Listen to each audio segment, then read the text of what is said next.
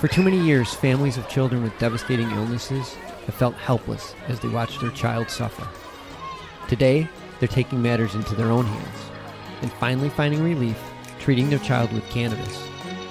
This is one family's story.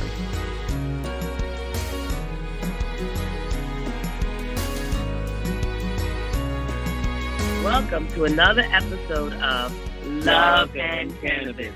I am Nina Simmons. And I am Osiris Stephen'and. And we are the proud parents of Aiden Stephen'and. Hello out there. Hello. Everyone. Yes, another episode, another one. I hope you guys have been having a great week. And, oh my God, summer's over. It's just over. Once school starts, it's over. It is a wrap. It's just, I don't believe this happened. I mean, it's been a whirlwind since school started. It's been so much going on.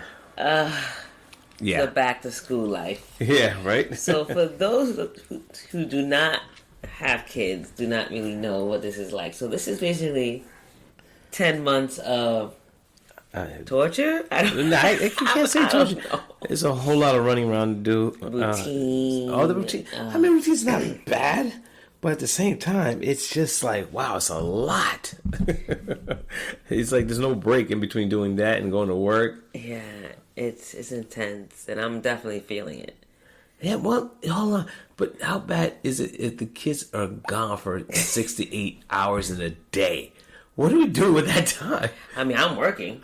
But yeah, I know, but for the most part, but you think about it, it's summer. So is it really that bad when you go back to school? It's usually a happier time. But there's a lot of work. Because, I mean, for us, because of our situation. For us, I mean, I don't want to just say special needs child, but I think for us, for me particularly, I take school, Aiden being in school, very seriously. Yeah, I do too. So I put a lot of pressure on myself for him to get, the material. Yeah. So, I mean, a lot of it's probably me who's putting the pressure. Like, I start this mode on my own curriculum that I developed for him to help him with the school curriculum. Then I start making flashcards. Then I'm looking up stuff online. Then I'm talking to other teachers. So it's like now that I go back to work myself. And then he goes back to school, and then it starts the homework. Well, then, you going back to work is you going to school. Yeah. Because you work in a school. Yeah. So basically, you both had the summer off. Yeah, Aiden and I were together for the whole summer. So, now both of us are back to school. And it's pretty exhausting because, in the summertime, you may slack on some things. Like, you may sleep in a little later. A little? Yeah, or go back. And you don't have to be such a strict schedule, especially for bedtime routine. Yeah, but, I mean, excuse me, it's just a thought that we were also going through the challenges of him having multiple seizures. Like, his summer was really it was somewhat rough, but we had some good times. But he did have, a tail end where he was started. Right before school started, the seizures started picking up a little bit. Yeah. And I think we contribute that because we actually ended up changing oils towards the end of the summer. Yeah, we did. So we could just talk about that. So Aiden's been on... For the summer, 2 or 3? In total, he's been on 5 different oils? Since he was diagnosed? Yeah, at least. We did mention that. No. Yes. Actually more than 5. Yeah. So with CBD... you have to keep trying. No 2 are the same. Yeah, and the thing is, no 2 oils are the same. So, yeah, you got to keep trying. And then, especially with kids, sometimes they'll have a growth spurt and their brains are still developing. So, maybe one oil worked, say, when they were 4. And then that oil may not work when they're 6. So, we had to change a different oil. And then we had to also look at what was in the oil. Well, yeah. I think it had to do with us also monitoring everything about him and noticing, hey, there's a hiccup here. Hey, I don't like the way this looks. His seizures are starting to pick up. Yeah. Or he's starting to do different types of seizures, or he's staring more often. So it's like acknowledging those things and recognizing it early enough to say, okay, what was different? And we were logging it, so we could narrow it down. So, you have to say, what was different that, is triggering more seizures? And also, sleep is a big thing. Yeah, sleep. That's why you have a lot of sleep. Oh, you know, because like any kid with epilepsy, if you're sleep deprived, no matter what, it's a trigger. Yeah, but the amount of hours he needed was about, I think for his age, was like 12 hours. Yeah, so there's a range, and he needs like the upper limit of that range. He really needs like 11 to 12 hours a night. Yeah, and that's kind of challenging too. You get home from work, got to get dinner ready, all the cleaning up. That's why it's good to get him involved with that process. You know, with just the fact that trying to get our schedules together, trying to get a routine, who's doing what, and then us participating in the PTA. Oh, yeah. This is totally different than last year and what we were doing. Oh, yes. I mean, last year we were just basically going to meetings here and there, listening what's going on, communicating with the school, and then to have the meeting about him being repeating the grade kindergarten, which was like, Yeah, so that was a tough decision to make in that. Yeah, so we decided, of course, with this teacher recommendation, as a team, we came to decide that Aiden was going to repeat kindergarten. Okay. How did you feel about that? At first I didn't really agree with it, but just spending some time with him and just seeing his limitations and how far he has to go, I had to give in to that idea. You know, it's not the same as we once were, where they'll catch up. You could say they'll catch up, but now it's just like we got to meet them where they are, and he wasn't where he needed to be because I mean there was still the behavioral issues that were coming out. Because if he does have a breakthrough seizure, it would just totally disrupt him for that moment. But it would carry over too as well sometimes. So that was a challenge. But knowing this and realizing in the back of my mind, this may be something that's going to have to happen. But then to actually witness it and saying, yeah, it has to happen because there's been very little, progress.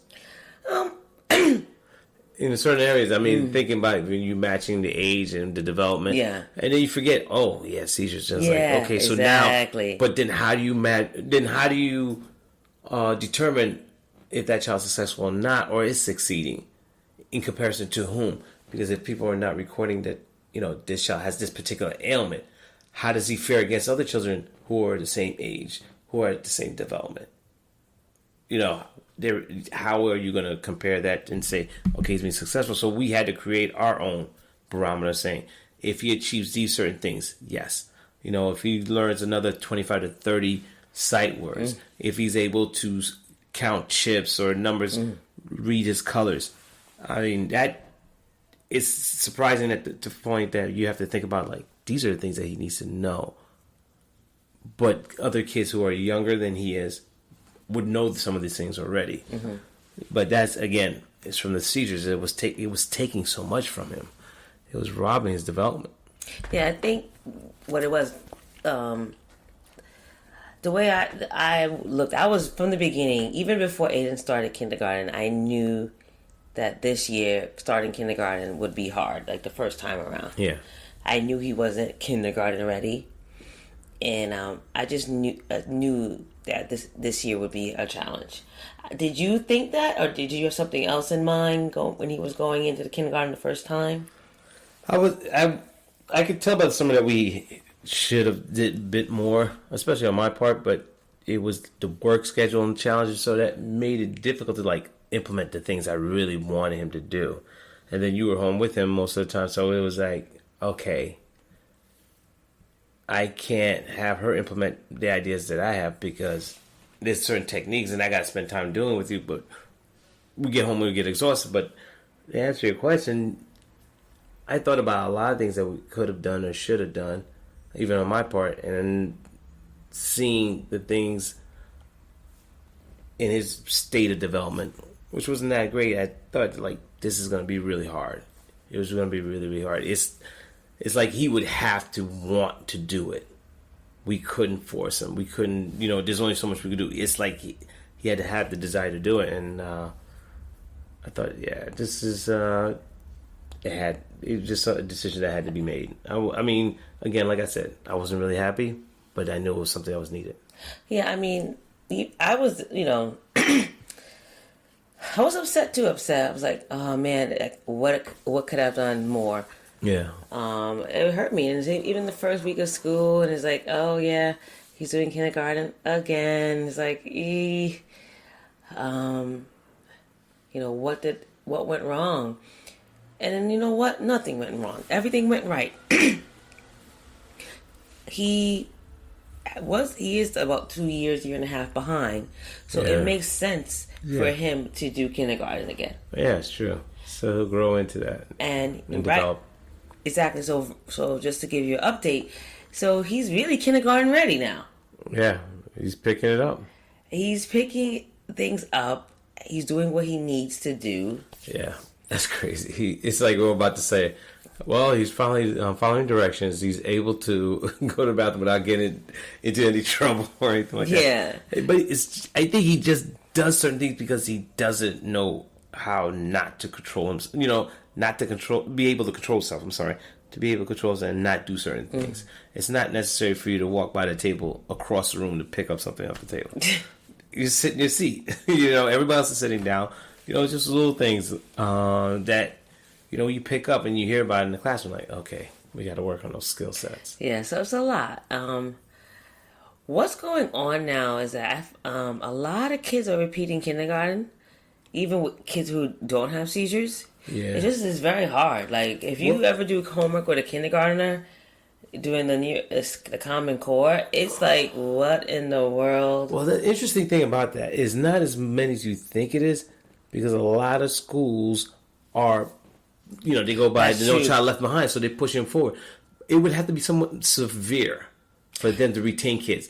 And I've seen where there's like 6 kids are selected to be retained, but they pick like the least ones that they felt didn't have to be repeating, so they'll move them forward and take the ones like, yes, these guys have developmental, they have social, they have emotional issues, they cannot go to the next level where there's so much independence. That's true. That makes a lot of sense. But a lot of parents, so there's a new thing called red shirting. So red shirting is... Really? They took a term from football, from college football. Okay, so it's very popular in like... Please explain the red upper shirting. Middle class area now.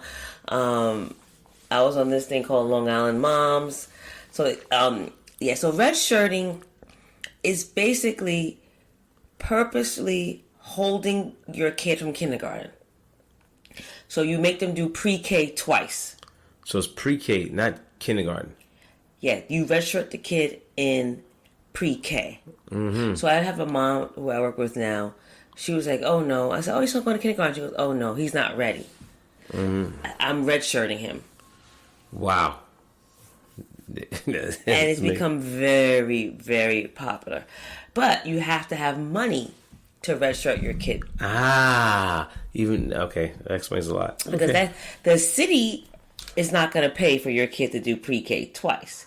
So what they'll do, they may go to what they do is go to the public school for like what they call for pre-K, and then do their redshirt year in a private school, Catholic school. Or this is only happening in New York. No. Oh, really? It's happening everywhere? It's a thing. It's a thing. Wow. That's an interesting thing. So parents who think their kids are not ready for kindergarten will redshirt and pay, I guess, twice or again for pre-K. Just to learn. Wow, that's interesting. Because one of the teachers, she told me, she goes, I don't want to put my son through that Common Core and that stress. Wow. So I'm talking about investing into your child's education early. Yeah. So I could see that. So you're doing it early enough as opposed to waiting later in the older years. Exactly. Okay. So they can feel confident. And that's what I do see is probably that with Aiden, he's getting more confident. That's stressful. That is really stressful all around. It's very stressful to be a parent these days. Yeah, it is. I think it is better to do it that early. Yeah, it is. It doesn't affect them socially and emotionally as if they were like in 3rd or 4th grade. I think more so like it does happen around 5th and 6th grade. They do that in 5th and 6th grade? Wow. Well, retain, yeah. Mm-hmm. I remember one school worked out, we retained about 7 and 8 kids. It was crazy. I mean, out of a classroom of 25. So it was like, yeah, all right, that's not going to work.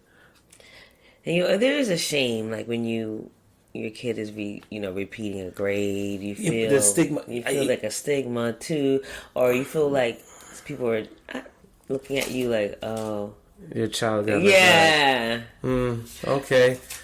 Well, my daughter or my son's going to this grade. And then you feel like, oh, they're in, the other kids are reading. What grade level is he on? He's on level Z. Oh my God. But the thing is, you think about it this way. We are breaking so many stigmas, going into the stigmas themselves of having a child that's with a disability. Being two parents married. So there's that stigma there of, there's never a father in the household. And now we're changing. So dealing with these things, it shouldn't be a problem for us. Because we're doing so many things that it goes against the norm. We're facing so many things that, you look at as that's either a stereotype or a stigma or just something, whether it's positive or negative, but that we're experiencing because we're taking so many chances. And I just want to say, to those parents who are out there fighting about just really protecting your rights, your First Amendment, and protecting your child. You know who you are. We're supporting you guys. Because now it's like your First Amendment is going out the window. But that's another story in itself. So it's always a fight, Yeah, that's the thing. You're fighting for everything. You're fighting for everything every day. Yeah, it's this crazy struggle. I think I was talking to someone else today, and they said, "You notice time has flown by." Mm-hmm. And it's been like the past 3 years. Just been like, I'm like, oh my God, we are about to go into the holidays. Like, yeah, everything goes by really Halloween, fast. Thanksgiving, and then Christmas, and then the New Year.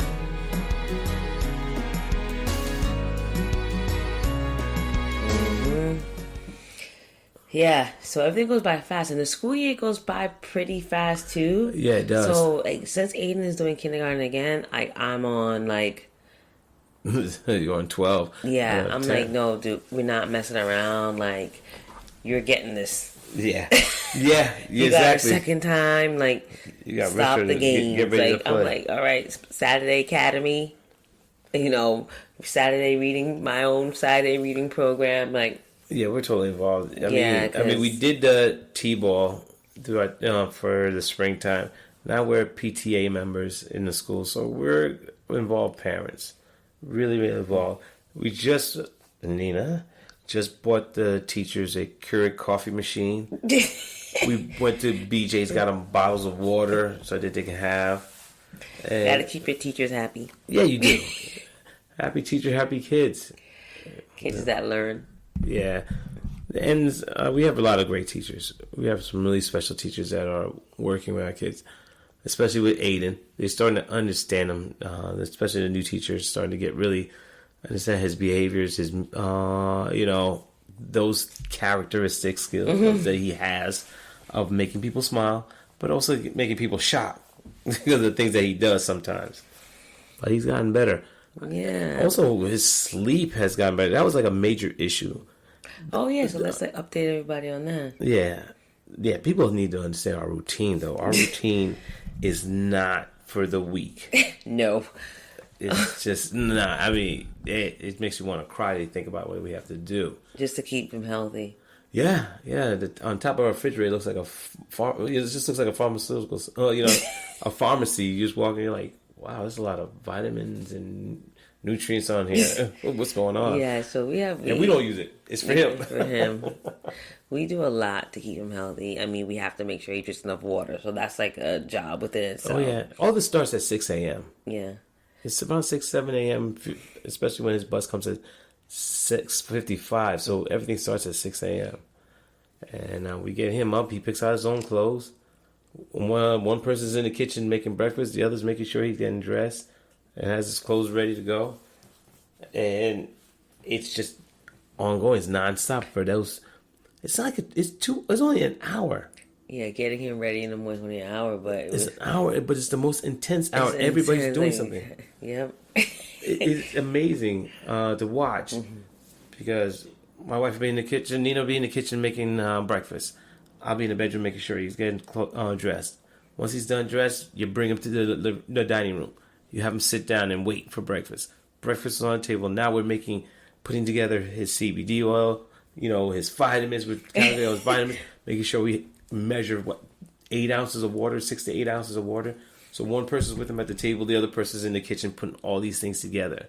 And then we line them up, separate his vitamins, his supplements, and then the water and the CBD oil. And he has to take all these things within about 25 minutes. Yeah, it's nuts. It's crazy. He's eating like 3 eggs. He's eating a bowl of yogurt with prunes, help the digestive system. And then we have all these pills lined up. And he has to finish this within 25 to 30 minutes so you can brush his teeth, brush his hair, and get ready for the bus. It's amazing. It's amazing. I had to stop one day and just look what we're doing. I'm like, my God, this is 5 days a week. It's a lot. It's a lot. So... Yeah, I think parents should start recording, like put a GoPro on their heads or something. I remember one time I put a text. I said, to all your parents out there that got your kids to school on time, fed, clean, shout out to you guys. It's not easy. And people replied, thank you, I needed that. It's not easy. Some kids... They have tantrums every morning. They don't want to go. They don't want to do anything. They don't want to eat. They don't want to get up. It's like Groundhog's Day every morning. Yeah, but we've been lucky with him. Yeah, we're lucky with him. He just eats slow, but for the most part, he doesn't really give us a hard time. Yeah, his eating slow is like almost 20, 30 minutes. Now we kind of like force it down stuff. But what I've noticed about him, if it's something he really likes. He'll eat it, sit there at the table, smiling, and do his little dance, and he'll eat if something it is that he likes. And usually that's just scrambled egg with cheese and bacon, sometimes bacon. Yeah. So it's an interesting year so far. I mean, it's only been 1 month, and wow. Actually, it hasn't been a month. What am I talking about? Yeah. It's only been like 3 weeks, and we're already exhausted. We're exhausted from it. So we did some changes with Aiden that we're seeing some really positive things. Yeah, we implemented fish oil. Oh my God! And olive oil. Yeah, that's been helping. It's a lot of fats. Yeah, Aiden's not really happy with it, but it's something we have to do because lately we was experiencing that he was having grand malls like at 4:00 in the morning, and we're like, wow, he'll have a problem right before he falls asleep. He'll jerk or twitch as he's trying to get into REM. And he'll be in REM for a while, really till the 4:00 in the morning, 4 o'clock in the morning. All of a sudden, he breaks into a grand mal. So we jump up, and now we're contending with this. After the grand mal, he falls back asleep and sleeps for another 2 hours. And that's where we have to take him to school because he slept for so long because he was exhausted. But we turned and decided, let's try another different oil. Yeah. We had to shop around because for some reason, certain oils, like I said, aren't the same. So we tried another one. We changed our dosaging. Now, we used to just wake him up at 10 p.m. to take his nightly dose. Now we just give it to him at 7 and then wake him up at 10 because that seemed to carry him over into the morning where he has no grand mals, no seizures, no jerking or twitching before he goes to bed. So it's been great. I think now he has maybe 1 or 2 episodes a day. In there, he's doing really well. So don't give up. If you gotta try different oils. Yeah, you do, and also document, like you said before. Document what's going on, log it, and also pay attention to the labels. Yeah, within the oil. Yeah, pay attention to that because one day, one order, you'll have everything you've seen before. The next batch you get will have a certain ingredient. You're like not thinking about it. That ingredient may have an effect on the child. That's how we found out about a couple of products that had a specific ingredient that triggered Aiden. So, we're not above basically aligning ourselves with any particular brand as long as it works. Exactly, as long as As long as it works. It's trial and error. That's trial one thing. and error. Yeah, it was 4 years. Because your brains are always changing when you're a kid. Yeah. So that's why sometimes it may work 1 year. And it may not. Yeah. But we also... That's what I say about the pharmaceutical drugs. Same thing, exactly. So we also started doing Omega. Yeah, the fish oil. The best one was a Nordic.